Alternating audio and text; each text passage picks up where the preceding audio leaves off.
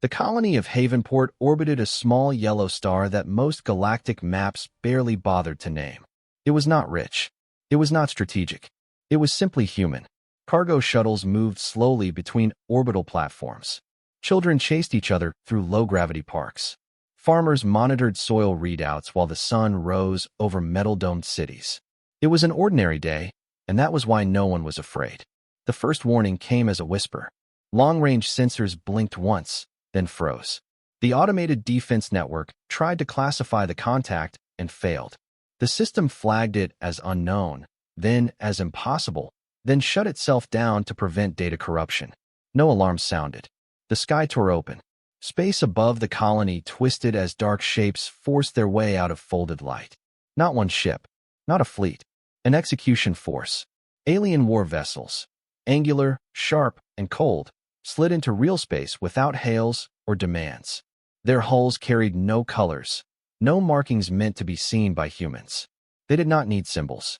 They had come to erase. Orbital platforms vanished first. One moment they were there, full of workers and cargo. Next, they were expanding clouds of debris and fire. The colony's atmosphere filled with burning fragments that screamed as they fell. Only then did the alarms begin to wail. Human defense cannons tried to track targets that moved too fast.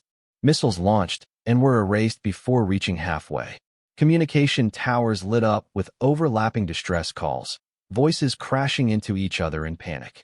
This is Havenport Control, unknown hostile force in orbit, requesting immediate. The message ended in static as a beam of energy punched through the command center and turned it into vapor. On the ground, people looked up and saw the sky burning. Alien ships did not spread out. They did not hunt. They targeted population centers with clinical precision. Streets vanished. Habitation rings collapsed. The city's artificial sea boiled away in seconds, leaving behind nothing but steam and exposed rock. A human evacuation ship lifted from a landing pad, packed far beyond safety limits. It cleared the atmosphere by meters. A single alien interceptor adjusted its angle and fired. The ship disappeared in a flash, so bright it turned night into day. No one survived long enough to understand why. Havenport burned for less than 9 minutes. When it was over, there were no cities, no signals, just a shattered world, its surface glowing red, its orbit filled with silent wreckage. The alien fleet lingered long enough to confirm total destruction, then folded space again and vanished. The galaxy barely noticed. At the edge of a massive trade hub, a council of alien representatives reviewed border reports. The loss of the human colony was mentioned briefly, categorized as local instability resolved. No emergency session was called. No investigation was ordered. Humans were not considered important enough to provoke consequences. What the galaxy did not know was that one signal had escaped. Deep beneath the ruins of Havenport, an emergency relay, designed for worst-case scenarios that no one expected to happen, fired its last transmission. It did not send words. It sent data, visuals, timelines, coordinates, proof. The signal crawled through space, damaged and incomplete, passing through relay after relay, ignored by automated systems that filtered out human traffic as low priority. Hours later, it reached a listening post on the far edge of human-controlled space. The station was old, forgotten, manned by a skeleton crew and machines older than some civilizations. When the alert light blinked, no one reacted at first. Then the data finished decrypting. A technician stared at the screen in silence. Flames, ruins, children running. The moment the sky broke open. The final seconds of Havenport's existence, captured by sensors that did not know fear. The technician did not scream, did not curse. He stood up slowly and walked to the command console. "This is listening post Echo 7, he said, voice steady. Priority red. The colony was confirmed destroyed. Full civilian loss. There was no immediate response. Then, one by one, dormant channels opened. Across human space, similar stations received the same data. Old protocols unlocked. Restricted files were accessed for the first time in generations. Artificial intelligences long kept in passive observation mode switched to active analysis. In a system far from trade lanes, a massive shipyard powered on lights that had not shone in decades. Dry docks opened like waking giants. Hulls the size of cities rested inside. layered in armor, their surfaces scarred by wars history barely remembered. Human commanders gathered in quiet rooms. There were no raised voices, no speeches, no debate. They watched the footage. A child looking up at the sky, a city vanishing in white light, a world dying without warning. One officer finally spoke. "Confirm attackers?" "Yes," came the reply. "Alien coalition force." No declaration, no demands. Silence followed. Then another command was given, spoken softly but recorded across every secure channel. "Activate retaliation doctrine." The system paused, as if considering the weight of the words. "Doctrine confirmed," the artificial intelligence replied. "Scope." The officer's jaw tightened. "Total response," he said. No broadcast, no warning. Across human territory, stars seemed to dim as power was diverted. Ship cores ignited. Fleets that had never existed on public records began to move. And then, without a single message sent to the wider galaxy, human space went silent. Trade ships received no replies. Diplomats were locked out. Observers saw borders close and signals fade. The galaxy believed humanity had retreated. It did not yet understand the truth. Humanity had not gone quiet out of fear. Humanity was gathering its fire. And far beyond Havenport's ashes, the Terran Armada began to wake. Human space did not explode into action. That was the first thing the galaxy misunderstood. Trade lanes near Terran borders went dark, but there were no distress calls, no war declarations, no angry speeches broadcast to council chambers. Automated beacons continued to mark safe passage, but no ships answered hails. To outsiders, it looked like fear, like collapse. Alien analysts filed reports calling it withdrawal behavior. They were wrong. Inside human territory, the silence had purpose. Civilian traffic halted under emergency authority. Millions of ships were ordered to hold position or return to dock. Freight captains protested until the priority codes came through. Codes older than modern governments, embedded so deep that refusal was impossible. Entire planets shifted to lockdown without panic. People were told only one thing: stay where you are. Trust the system. And they did. Because humanity remembered something the galaxy had forgotten. Long before humans had allies, before trade seats or treaties, they had survived alone. They had learned that if the stars turned against them, no one would come to help. So they prepared, not loudly, not proudly, but quietly. In forgotten orbits, hidden behind gas giants and dead moons, listening arrays adjusted their focus. Long-range sensors that had spent decades mapping radiation and dust now locked onto military frequencies across half the sector. Artificial intelligences once limited to logistics were unshackled. Their full processing cores spun up, consuming entire power grids. They did not feel anger. They did not feel grief. But they were designed to understand loss. They saw Havenport. They calculated response paths. On the surface of a rust-colored world called Forge Delta, an automated factory complex received an authorization key that had not been used in 70 years. The key bypassed civilian oversight, bypassed political approval. It came from a layer of command that existed beneath governments. The machines responded instantly. Assembly lines that had gathered dust came alive. Robotic arms sparked and moved. Massive presses slammed together armor plates measured in meters, not centimeters. Hull segments were pulled from storage vaults sealed before most living humans were born. These were not new designs. They were old. Across human space, similar awakenings occurred. Shipyards that were officially listed as decommissioned began transmitting encrypted signals to each other. Drydocks opened like giant steel mouths. Gravity anchors engaged. Power cores were installed and lit. The galaxy did not notice. Alien attention was focused elsewhere, on trade disputes, border skirmishes, political maneuvering. The destruction of one human colony barely rated a footnote. Humanity has always been quiet, always distant, always weak. In one alien council chamber, a military representative raised a question. What if the humans respond? The others dismissed it. With what? One replied. They have outdated fleets. No unified command. No allies willing to fight for them. The discussion moved on. Meanwhile, humanity was not asking if it would respond. It was deciding how far. Deep beneath Earth's surface, in a chamber shielded against every known form of detection, a group of human commanders stood around a simple table. No flags. No cameras. just faces lit by projected data. They did not argue. They reviewed patterns. Havenport was not an accident. It was not a misunderstanding. The alien coalition that destroyed it had been probing human borders for years. Small violations, ignored warnings, unacknowledged surveillance. The colony had been chosen because it was undefended, because it was civilian, because the attackers believed humans would do nothing. One commander pointed to a star map where dozens of human systems glowed faintly. "They think we are scattered," she said, "that we don't coordinate." Another nodded. "They think we forgot how to fight." A third officer, older than the rest, spoke quietly. "Let them keep thinking that." Orders moved outward, not as loud commands, but as permissions. Barriers lifted, locks removed, doctrines reactivated.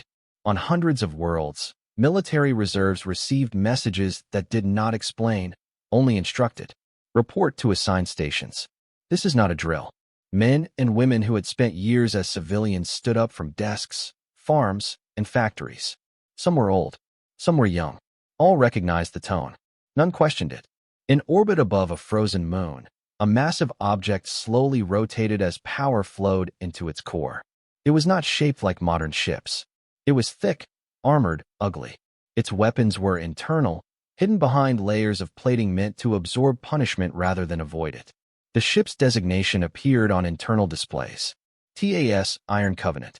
Status, active. Elsewhere, another woke. TAS Black Horizon, TAS Resolve, TAS Ashmaker. Names pulled from human history. Names that meant endurance. Retaliation. Finality.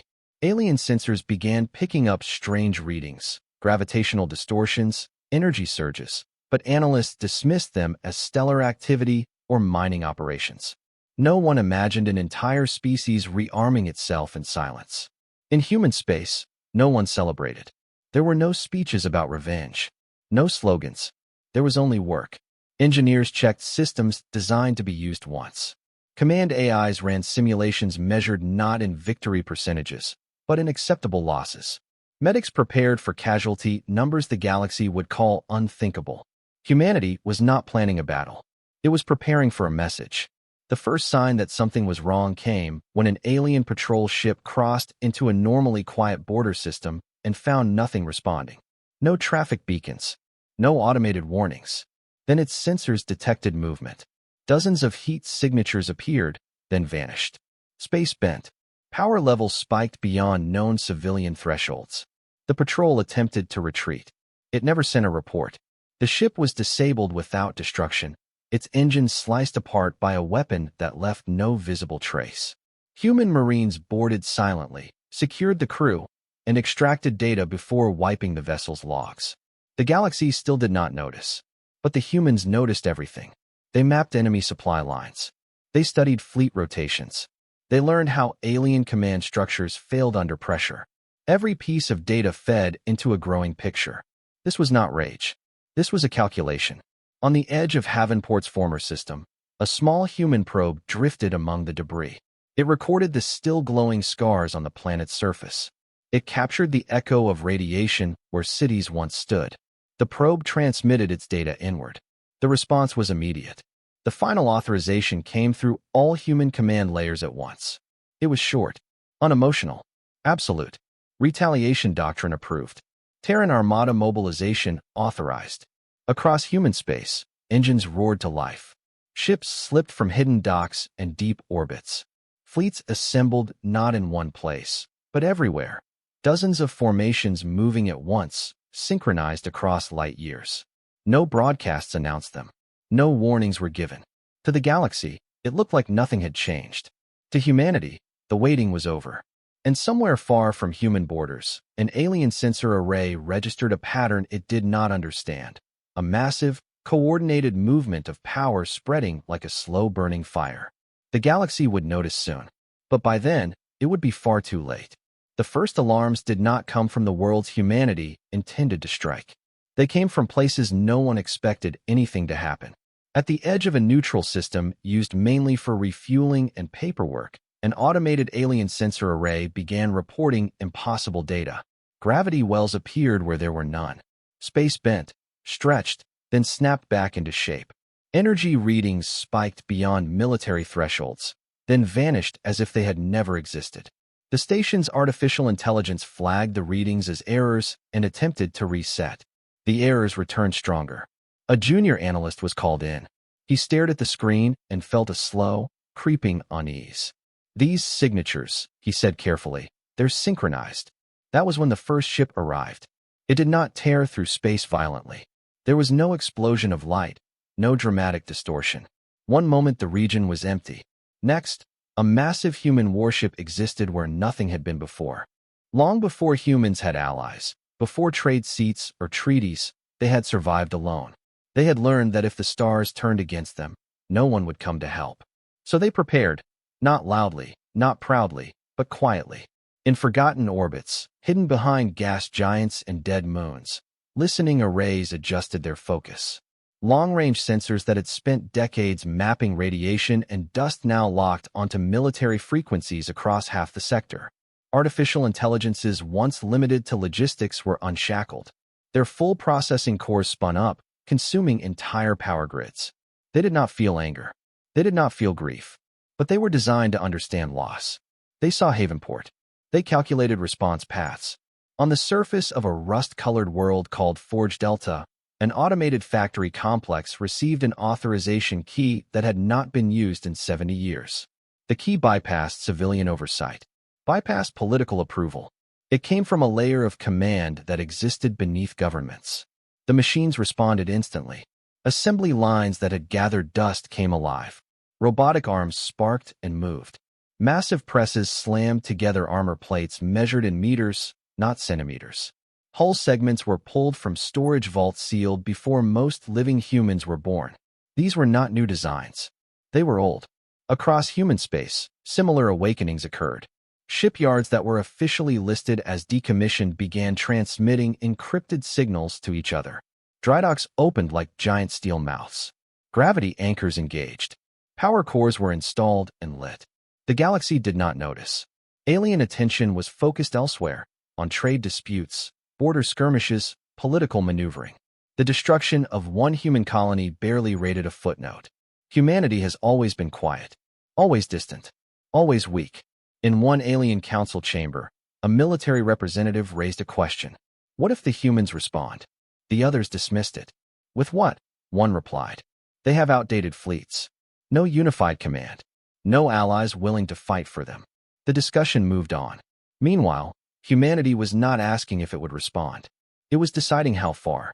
Deep beneath Earth's surface, in a chamber shielded against every known form of detection, a group of human commanders stood around a simple table.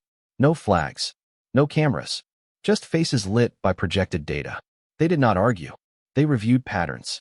Havenport was not an accident. It was not a misunderstanding. The alien coalition that destroyed it had been probing human borders for years. Small violations, ignored warnings, unacknowledged surveillance. The colony had been chosen because it was undefended, because it was civilian, because the attackers believed humans would do nothing.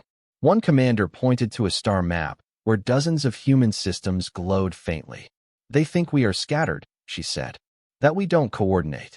Another nodded. They think we forgot how to fight. A third officer, older than the rest, spoke quietly. Let them keep thinking that. Orders moved outward, not as loud commands, but as permissions. Barriers lifted. Locks removed. Doctrines reactivated. On hundreds of worlds, military reserves received messages that did not explain, only instructed. Report to assigned stations. This is not a drill. Men and women who had spent years as civilians stood up from desks, farms, and factories. Some were old. Some were young. All recognized the tone. None questioned it. In orbit above a frozen moon, a massive object slowly rotated as power flowed into its core. It was not shaped like modern ships.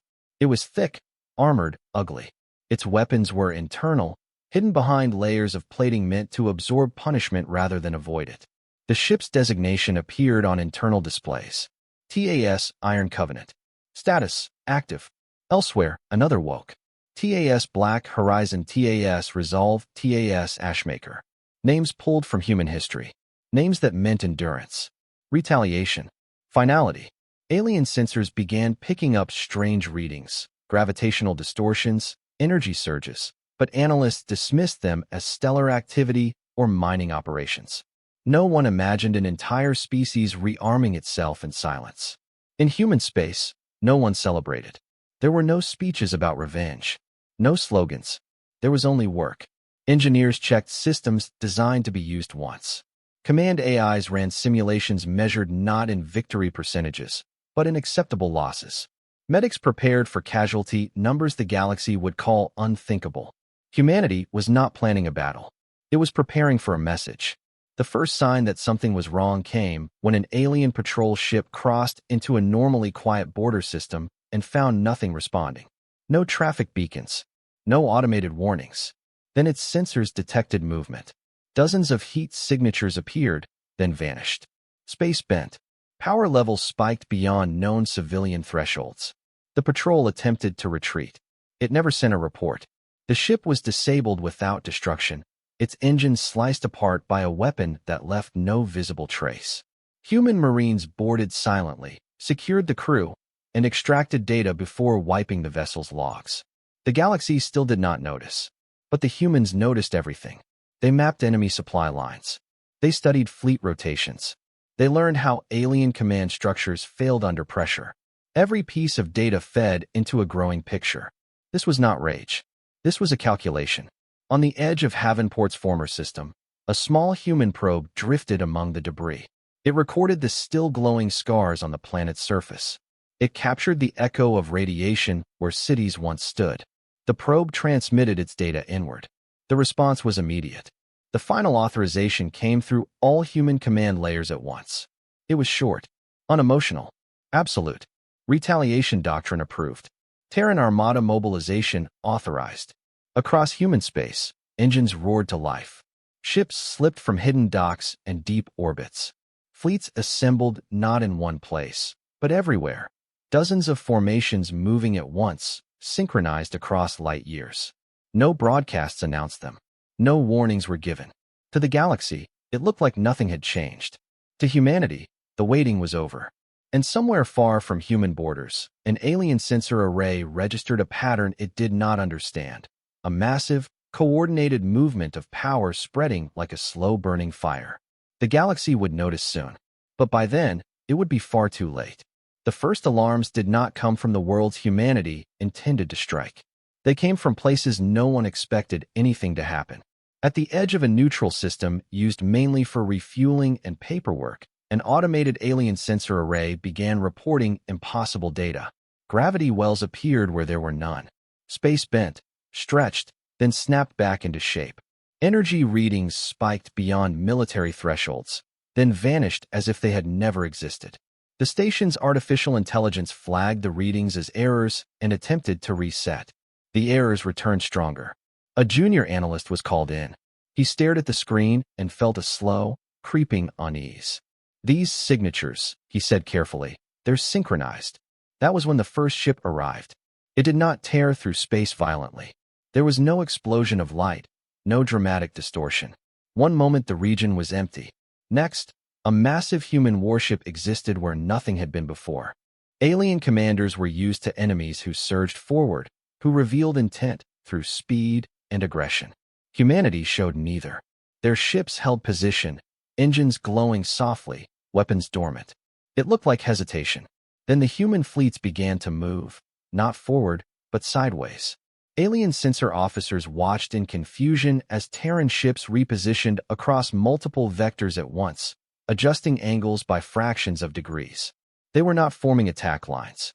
They were removing options. Suddenly, escape corridors were blocked. Reinforcement routes were cut. Every possible response the alien fleet could take had a Terran ship quietly sitting in the way. The alien admiral in charge of the system opened a channel, his voice sharp with authority. "This is sovereign military space. Identify yourselves or withdraw immediately." No answer. He tried again, this time adding threats. Then demands. Then desperation. Still nothing. That was when the first human weapon fired. It was not loud. A pulse rippled outward, invisible to the eye, but devastating in effect. Alien ships closest to the pulse shuddered as internal systems overloaded. Power grids collapsed. Targeting arrays burned out. Shields flickered and died. Entire squadrons went dark at once. The alien fleet panicked.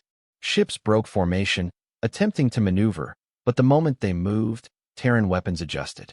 Precision strikes punched through engines, weapon mounts, and command decks. Human fire never lingered. It never wasted energy. Every shot had a purpose. Alien return fire finally came. Bright beams and missile swarms streaking toward human ships. They did almost nothing. Human armor absorbed impacts that should have crippled any known vessel. Point defense systems tracked and erased incoming threats with calm efficiency. Some Terran ships allowed hits to land, gathering data even as their hulls held. Humanity was learning as it fought. The alien admiral realized the truth too late. "This isn't a battle," he whispered. "This is an execution." Human ships advanced now, slow and unstoppable. Dreadnought-class vessels moved into range, their presence bending local gravity. Weapon ports opened along their hulls, revealing cannons so massive they required internal stabilization, fields to fire. The first dreadnought shot split an alien battleship cleanly in half. The second erased a command carrier that had coordinated half the system's defenses. The third struck a shipyard orbiting a gas giant, not destroying it completely, but disabling it so thoroughly that it would never produce another warship. Humanity was not here to kill everyone. It was here to remove the ability to ever try again. Boarding actions followed. Terran Marines deployed in silence, moving through crippled alien ships with disciplined precision. They did not slaughter crews. They secured control rooms, shut down reactors, and extracted data. Alien soldiers who resisted were neutralized quickly. Those who surrendered were restrained and left alive. Fear spread through alien ranks faster than casualties. Reports flooded outward to nearby systems. They're ignoring civilians. They're targeting infrastructure. They're dismantling us. For the first time, the galaxy understood that this was not revenge driven by emotion. It was punishment guided by restraint. In the heart of the system, the Central Military Command Station, a massive structure layered with shields, attempted to activate its emergency evacuation protocol. It failed. A Terran cruiser drifted into position and fired a single concentrated beam. The shields collapsed like wet paper. The station lost power, then rotation, then purpose. Human boarding teams arrived minutes later. Inside, alien officers were rounded up and forced to watch a projection displayed across the main chamber. It showed Havenport. The same footage. The same moments of terror. The same silence after fire. A human officer finally spoke, his voice calm and steady. "This is the result of your decision," he said. "This is the price." No further explanation was given. Across the system, the battle ended not with a final explosion, but with quiet. Alien ships drifted powerless. Weapon platforms were disabled. Shipyards were broken beyond repair. Command nodes were dark. Human fleets held positions long enough to confirm total military collapse. Then they began to withdraw. They did not take territory. They did not occupy worlds. They left behind a system that could no longer threaten anyone. The message spread across the galaxy like wildfire. Humanity had struck one of the coalition's strongest military hubs, and had done so with terrifying control. Losses on the human side were minimal. Alien losses were absolute. Panic took hold. Emergency summits were called. Fleets were recalled. Borders were sealed. For the first time in recorded history, entire alien civilizations shifted into a defensive posture against a species they had once ignored. And then came the realization that broke their confidence completely. This had been only the first target. Deep within the Terran command network, updated projections rolled in. New objectives lit up across star maps, each one tied directly to the chain of command that had approved the destruction of Havenport. Human commanders did not celebrate the victory. They marked it as Phase 1 complete. One officer looked at the next system on the list and spoke softly. "They will try to negotiate now." Another replied without looking up. "They should have tried before the fire." Far beyond the ruined system, Terran fleets shifted course in perfect synchronization, engines flaring as they accelerated toward the next objective. The galaxy had believed humans would scream, beg, or threaten. Instead, humanity had answered with judgment. And it was not finished. The alien coalition finally did what it should have done at the beginning. It unified.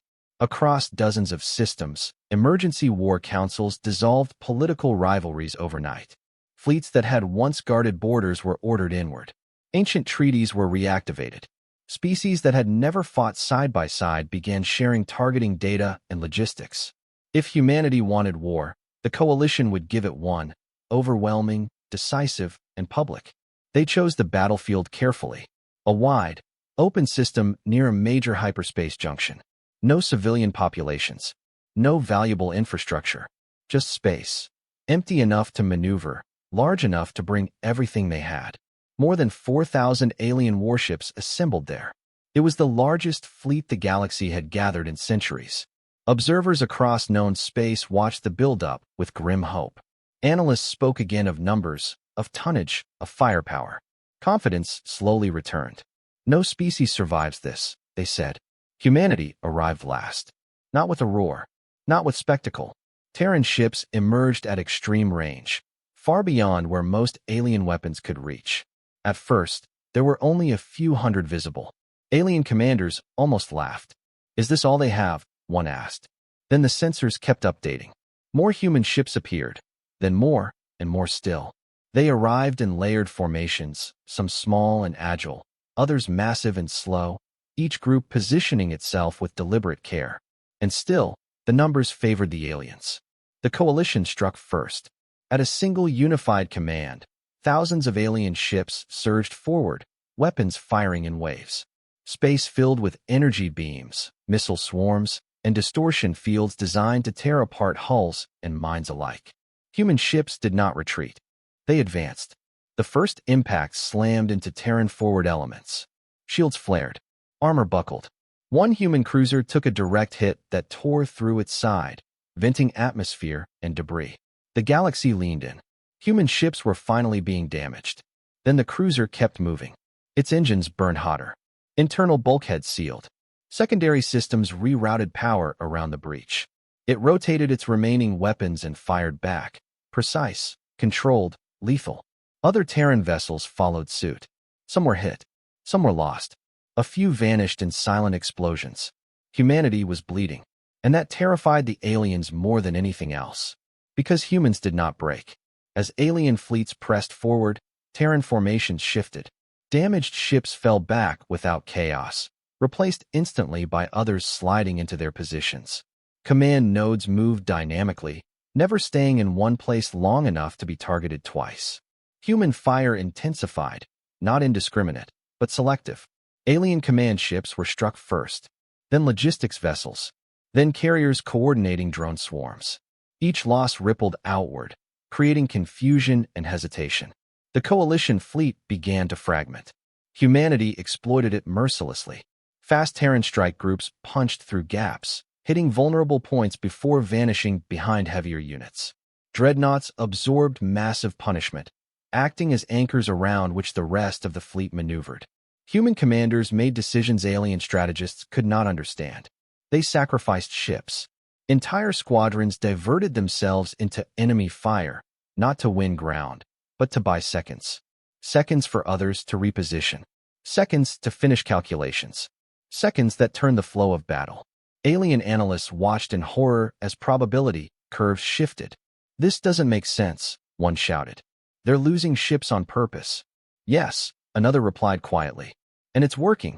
The battle stretched on for hours. Alien firepower was immense. Human losses climbed. But for every Terran ship destroyed, alien formations collapsed faster. The coalition's numerical advantage eroded not through direct annihilation, but through loss of coordination. Human systems adapted in real time. Weapons recalibrated mid-fight. Shields changed frequencies between volleys. Tactics evolved faster than alien commands could react.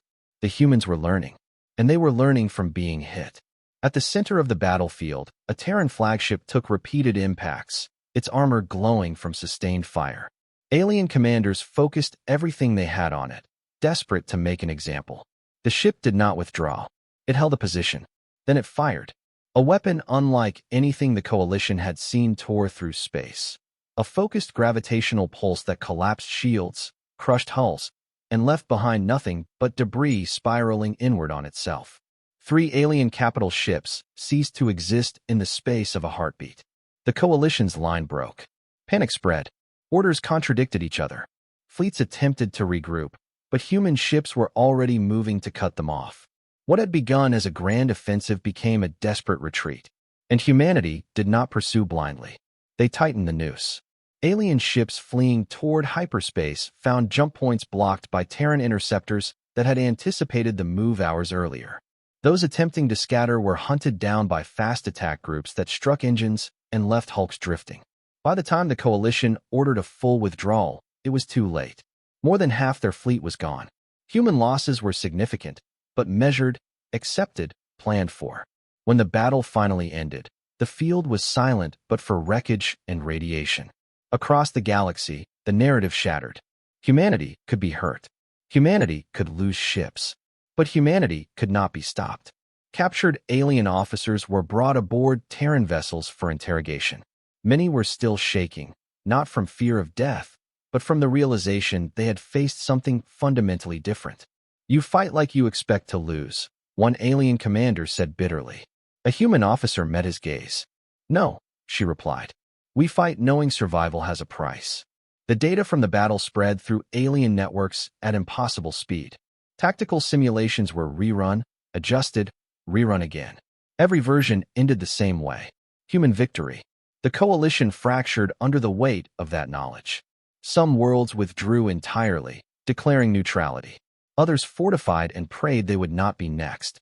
A few began sending messages, apologies, explanations, pleas. Humanity ignored them all.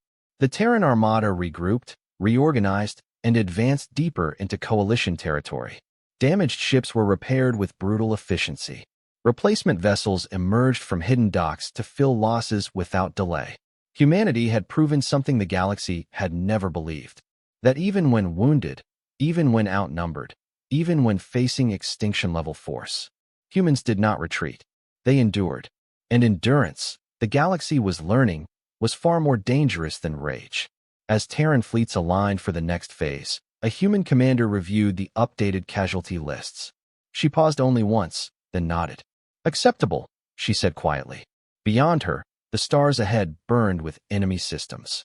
And the Terran Armada moved forward, carrying with it a lesson written in wreckage. Hurting humanity did not make it weaker. It taught humanity how to finish the fight. The next system was not chosen for its military strength. It was chosen for its meaning. At the center of the alien coalition's territory lay a system every strategist knew by heart. It was not the capital, but it was the spine, home to doctrine archives, training academies, and the cultural core of the coalition's military identity. Officers studied there. Admirals were forged there. The destruction of Havenport had been authorized there. If humanity wanted revenge, it would burn the world. If humanity wanted understanding, it would do something far worse.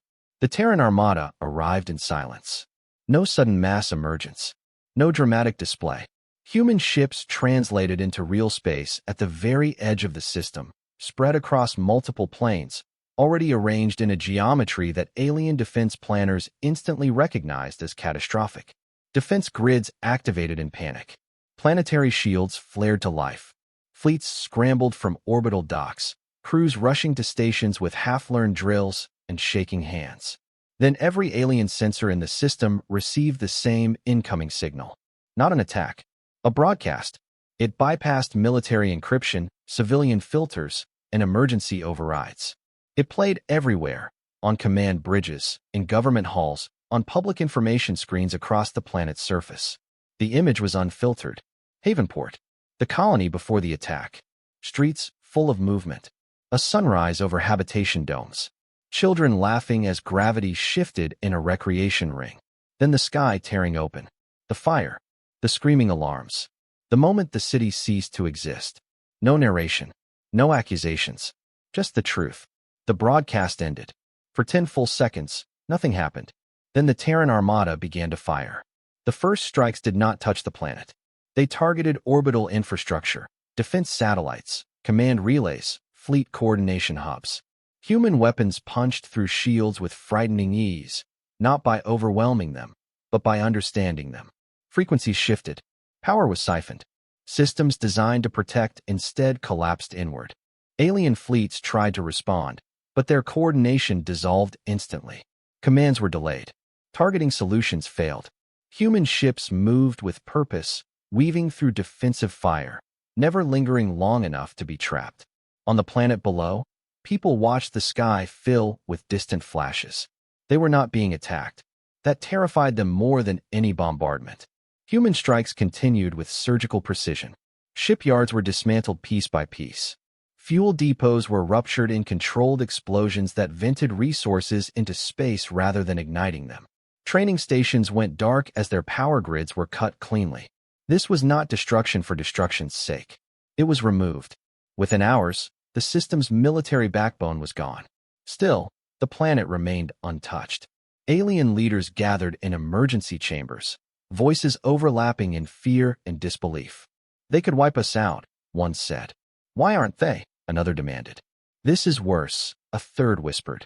"They're choosing not to." A final message came through human channels, directed only to coalition leadership. It was not broadcast publicly. It was an invitation. A single human ship descended into low orbit above the planet, its silhouette visible from the surface, a dark, armored shape blocking the stars. It did not deploy weapons. It did not threaten. It waited. Alien leaders boarded the shuttle that rose to meet it because they had no other choice. Inside the Terran vessel, there were no banners, no symbols of conquest. The chamber was plain, functional, designed for clarity, not intimidation. A human officer stood at the center. She did not raise her voice. "You authorized the destruction of a civilian colony," she said. "You did not declare war. You did not demand surrender. You chose annihilation." One alien attempted to speak. The human raised a hand. "You believe humanity would accept this," she continued. "That we would protest, appeal, withdraw." She gestured, and the chamber filled with data, maps of human space, timelines of preparation, projections of future outcomes. "You misunderstood us." An alien leader trembled. "If this is punishment," he said, "why spare the planet?" The human officer looked at him. "Because punishment teaches," she replied. "Extermination ends discussion." She let the words settle. Then she delivered the message humanity had crossed the stars to send. "This system will never field a military force again. Your academies are closed. Your doctrines are obsolete. Your fleets are dismantled. You will live, but you will remember." The alien leaders understood then. This was not mercy. It was controlled. The Terran Armada withdrew from the system hours later, leaving behind a world intact but stripped of power, influence, and illusion. No occupation forces remained. No flags planted. Just silence and memory. Across the galaxy, the effect was immediate. Species that had stood proudly beside the coalition began distancing themselves. Military alliances fractured. Commanders resigned. Civilizations realized that every weapon they had built, every doctrine they trusted, had been rendered meaningless by a species they had once dismissed. Humanity did not broadcast its victory. It did not need to. The stars themselves carried the message. Where Terran fleets passed, wars stopped. Border conflicts froze mid-escalation. Pirates vanished. Militaries recalculated every assumption they had ever made. And yet, the Terran Armada did not turn back. There was still one final phase remaining. Deep within human command space, analysts reviewed the campaign. Casualty lists scrolled quietly. Names were recorded. Losses honored. A junior officer asked the question no one else would. "Is this enough?" The answer came from an older commander, her eyes still fixed on the image of Havenport frozen on the screen. "No," she said softly. "Enough is when they never try again." The final target was not a system. It was an idea. The belief that humanity was small, weak, disposable. As Terran fleets realigned for their last advance, a single updated directive flowed through every command channel. Phase final, deterrence completion. Across alien space, sensors began detecting movement once more. Human ships shifting course, converging toward the heart of the coalition's political power. This time, there would be no battle. This time, the galaxy would be forced to choose. And humanity would make sure the choice was remembered for generations. The final approach did not look like an invasion. That was what unsettled the galaxy most. Terran fleets did not rush the coalition's political core.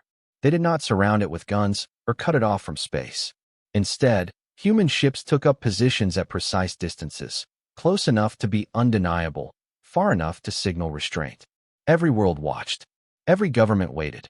For the first time in its history, The Galactic Coalition faced a species that had already won and was choosing what to do after victory. Inside the Coalition's Central Council world, emergency chambers overflowed. Leaders who had once dismissed humanity now argued in hushed tones, fear breaking through every attempt at authority. They've destroyed our fleets. They've dismantled our doctrine. They've proven they can reach anywhere. Someone asked the question that hung over every room. What do they want?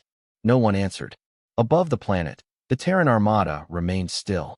Human ships powered down weapons, but kept shields active. Communications channels were open, but silent. No demands were issued. No ultimatums delivered. The waiting stretched on. Days passed. The galaxy grew tense. Trade routes froze.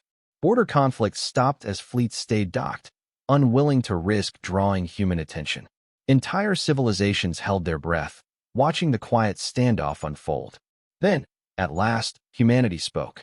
The message was broadcast openly, translated into every known language, carried on civilian frequencies as well as military ones. It did not come from a general or a politician. It came from a human civilian authority. We are not here to rule you, the voice said. Calm, clear, unangry. We are not here to occupy your worlds. We are not here to erase your species. The pause that followed felt heavier than any threat. We are here because one of ours was erased. Images followed, not just Havenport's destruction, but its life. Ordinary days. Ordinary people. A reminder of what had been lost. You decided that human lives were acceptable losses, the voice continued. That decision has been corrected. In the council chamber, alien leaders listened in silence. We have removed your ability to repeat that decision, the message said. Your fleets are gone. Your war doctrine is broken. Your borders are open not because we allow them, but because you can no longer close them by force. Another pause. This is mercy. Some alien leaders recoiled at the word. You will govern yourselves? The human voice went on. You will rebuild your militaries only for defense. You will not strike civilian targets.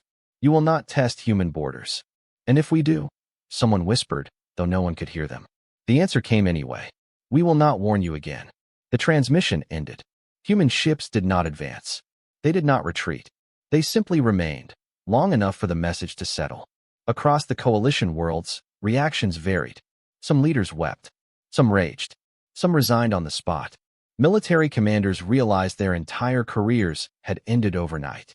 And yet, the planets were still there. No cities burned. No skies fell. Humanity had won and chosen restraint. That choice rippled outward faster than fear ever had. Neutral civilizations that had watched from the sidelines reevaluated centuries of policy. Treaties were rewritten. Military academies updated their teachings to include a new constant. Humans respond to civilian harm with absolute force. The name Havenport entered galactic history, not as a footnote, but as a warning. Within the Terran Armada, preparations for withdrawal began quietly. Damaged ships were rotated out. Casualties were honored in brief, private ceremonies. No parades. No speeches. Humanity did not celebrate. It was memorable. A junior officer aboard a Terran cruiser watched alien traffic cautiously resume near the coalition world. Civilian transports moved again. Trade convoys followed. Life, fragile and stubborn, returned. They're going to survive, he said softly. A senior commander stood beside him. Yes, she replied. That was the point. The officer hesitated. What if they hate us? The commander did not look away from the stars. They already did, she said. Fear is quieter. Elsewhere, alien military officers reviewed the aftermath. They studied recordings of battles they had lost without understanding how. They traced human maneuvers, human sacrifices, human patience. One alien strategist finally voiced what others had begun to realize. They did not fight to dominate us, he said. They fought to teach us a limit. Humanity had drawn a line the galaxy could not miss. And then, just as quietly as they had arrived, the Terran fleets began to leave. One by one, ships disengaged. Jump signatures flared softly and vanished. Entire formations folded back into human space, leaving behind nothing but empty orbits and memories. The coalition worlds remained untouched. The galaxy exhaled, but the peace that followed was not the peace of ignorance. It was the peace of understanding. Years later, Havenport's name would be carved into monuments across human space. Its people are remembered not as victims, but as the reason the galaxy learned restraint. Alien children would study the conflict in schools, taught not of human aggression, but of human response. They would learn that some species do not shout when threatened. They prepare. In the quiet that followed the Terran Armada's withdrawal, a final human directive circulated through secure channels. It was not military. It was cultural. We do not seek fear. We do not seek worship. We seek distance from those who would burn our homes. Humanity returned to its borders. Trade resumed cautiously. Diplomatic channels reopened, this time with respect. And across the stars, a truth settled deep into galactic consciousness. Humanity had been underestimated not because it was weak, but because it had learned long ago that survival does not require permission. The galaxy would never forget that lesson. And somewhere, beyond the edge of known space, Terran shipyards dimmed their lights once more, ready, but at rest. Because the fire had been answered, and mercy, once given, would not be offered twice. History did not end with the Terran Armada's withdrawal. It began there. In the months that followed, the galaxy tried to return to normal. Trade routes reopened. Councils resumed debates. Border disputes flared and then faded as quickly as they began. On the surface, peace had returned. Underneath, everything had changed. Every military doctrine across known space was rewritten. Entire sections were removed. Those that assumed civilian targets were acceptable pressure points. New sections were added, written with careful language and colder math. Human response probability, absolute. Escalation ceiling, unknown. Deterrence threshold, civilian harm. No one argued with those lines. Because everyone remembered Havenport. On human worlds, the recovery was quieter. There were no victory monuments. No banners declaring triumph. The war was never officially named. It existed in archives, sealed recordings, and private ceremonies attended by families who had lost someone, either at Havenport or in the stars that followed. Human shipyards powered down again. Massive war hulls were returned to silent docks. Armor plates were patched, not polished. Weapons were serviced and sealed, not displayed. Humanity did not pretend the war had been easy. It acknowledged the cost. In one small system near the edge of Terran space, a memorial station was constructed where Havenport once orbited. The planet itself was beyond saving. Its surface still scarred, its atmosphere thin and poisoned. Instead, the station circled the dead world in quiet vigil. It carried no weapons, only names. Alien diplomats requested permission to visit. After long debate, humanity allowed it.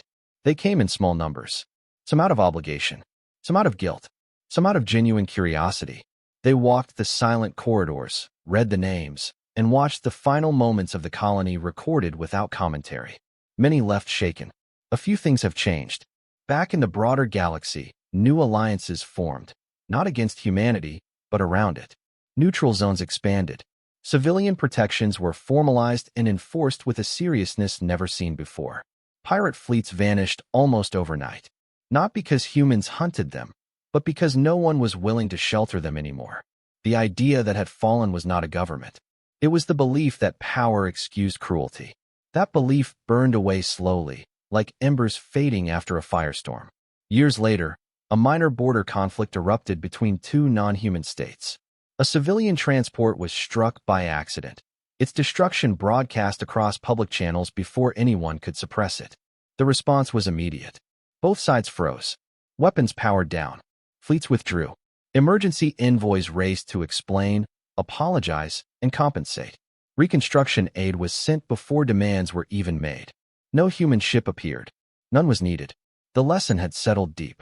Humanity was no longer present as a constant force, but as a constant possibility.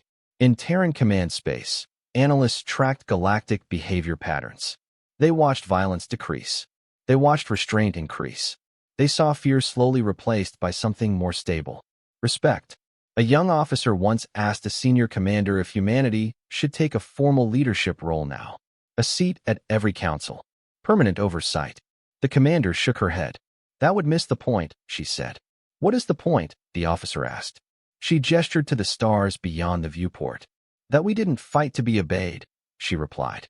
We fought so no one would ever think burning our homes was acceptable again. The officer considered that. So what happens next? The commander smiled faintly. We live. Humanity turned inward again, not to hide, but to build. Colonies expanded, this time better defended, but never aggressive.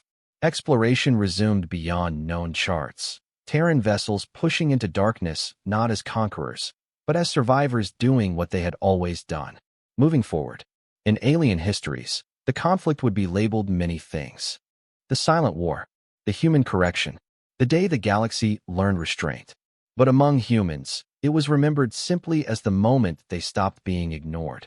In classrooms, children learned about Havenport not with hatred, but with clarity. They were taught that humanity did not seek war, but would always answer it. That strength was not loud. That mercy was a choice, not a weakness. And that fire, once answered, did not need to be reignited. Far beyond the reach of councils and trade lanes, a Terran deep space patrol drifted along an uncharted star line.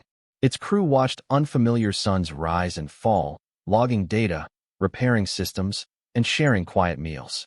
One officer looked out at the endless dark and spoke softly. "Do you think they're afraid of us?" The captain considered the question. "Some are," she said. "Some always will be. And the others?" "They're learning," the captain replied, "that there are lines you don't cross." The ship continued on its course, engines humming steadily. Behind it lay a galaxy reshaped not by conquest, but by consequence. Ahead lay unknown stars, and written across the silent void, in lessons no one would dare forget, was the truth humanity had carved into history. When aliens obliterated a human colony, they lit a fire they could not control. And when the flames spread across the stars, humanity made sure they burned only once.